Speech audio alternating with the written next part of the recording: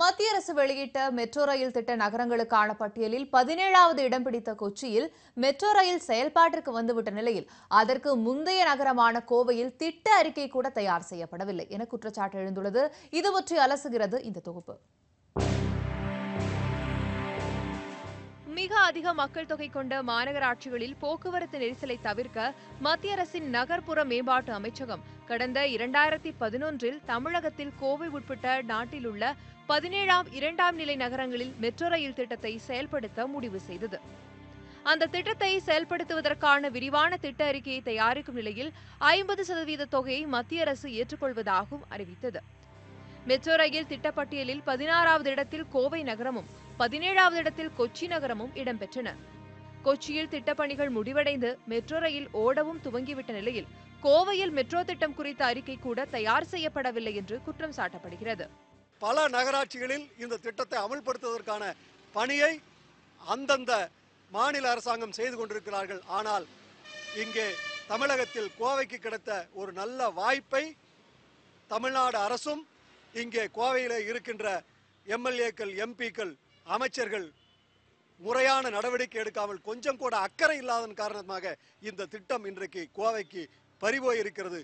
Metro rail திட்டம் சுற்றுச்சூழலுக்கு உகந்த பொது போக்குவரத்து எனவும் வாகன பெருக்கம், வாகன நெரிசலை தவிர்த்து அதிக மக்கள் எளிதாக பயணம் செல்ல உதவும் எனவும் கூறும் மெட்ரோ திட்ட ஆர்வலர்கள் இந்த திட்டத்தை செயல்படுத்த மத்திய அரசு மற்றும் உலக வங்கி நிதியுதவி அளிக்க தயாராக இருந்தபோதும் தமிழக அரசு எந்த நடவடிக்கையும் எடுக்கவில்லை என்கின்றனர்.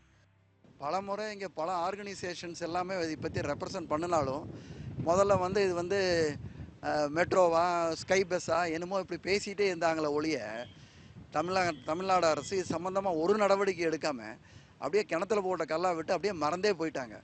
பல முறை இங்கே இருக்கிறவங்க நினைவுபடுத்தினாலுமே அந்த மாவட்ட நிர்வாகமும் சரி, தமிழக அரசும் சரி இதை பற்றி கண்டுக்கவே இல்லை. இது கோயம்புத்தூருக்கு மட்டும் செஞ்ச துரோகம் அல்ல, என்டையர் தமிழ்நாட்டுக்கே செஞ்ச ஒரு துரோகம்னு தான் நாங்கள் நினைக்கிறோம்.